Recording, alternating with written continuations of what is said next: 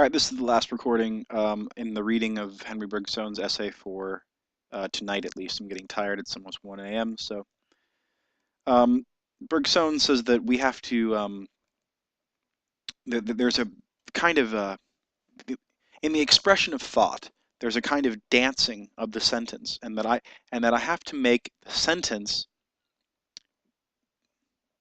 when living thought flows out and is expressed, it has to then make your mind dance in the same way that mine was in order for us to kind of resonate with the same idea, roughly with what he's saying. It's not as good as the way he says it, but and he says, in this consists the whole art of writing.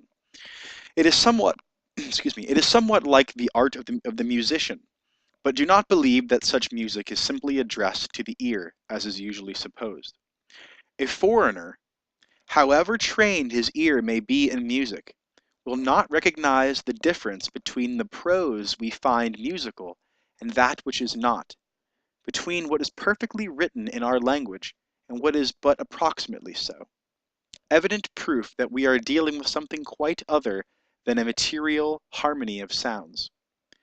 The truth is that the writer's art consists above everything in making us forget that he is using words. Okay, so he says the truth is that the writer's art consists, as opposed to the musician, the writer's art consists in above everything in making us forget that he's even using words. The harmony he seeks is a certain correspondence between the comings and the goings. I forgot to set the timer again.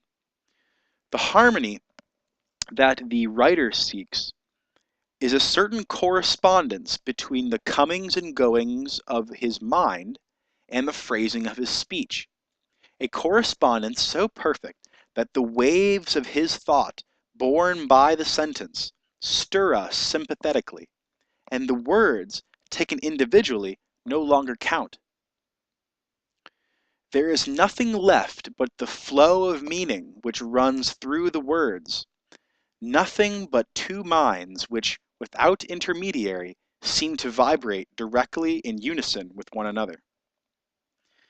So this is what we would call entrainment or resonance in dynamic systems theory. We have to become coupled to each other through our words. The thought becomes coupled through words. He says there has to be a correspondence so perfect that the waves of the writer's thought borne by the sentence stirs us sympathetically, and the words taken individually no longer count. There is nothing left but the flow of meaning which runs through the words. Nothing but two minds, you and I, two minds which without intermediary seem to vibrate directly in unison with one another. The rhythm of speech has here, then, no other object than that of reproducing the rhythm of thought. The rhythm of speech has no other object than that of reproducing the rhythm of the thought. And what can the rhythm of the thought be but the rhythm of the scarcely conscious nascent movements which accompany it? These movements, by which thought continually tends to externalize itself in actions, are clearly prepared and, as it were, performed in the brain. It is this motor accompaniment of thought, and not thought itself, that we should probably perceive if we could penetrate into a brain at work. So in neuroscience today, when we do brain scans, when people are thinking, what Bergson is saying is that these movements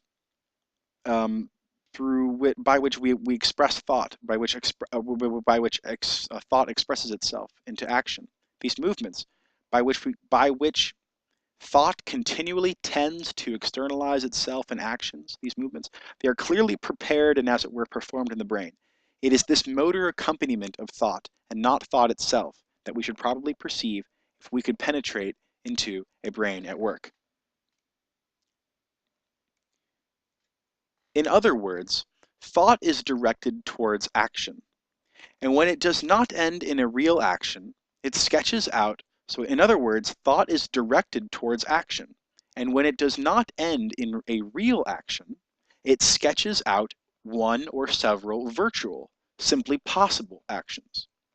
These real or virtual actions, so I guess if I'm watching someone else, in the case of mirror neurons, if I'm watching someone else, say, grasp something, and the same neurons that fire in their brain when they grasp for something also fire in my brain just by perceiving them grasping, the same motor accompaniment activity is going on, then what he would say is that this is uh, that this thought, you could say, is directed towards action, and when it does not end in real action, because the person I'm perceiving, say I'm perceiving you, you're grasping something, you're directed toward real action. He says when it doesn't end in real action, it sketches out one or several virtual actions. So the perceiver's mirror neurons we could call virtual action, whereas the person who's actually grasping is real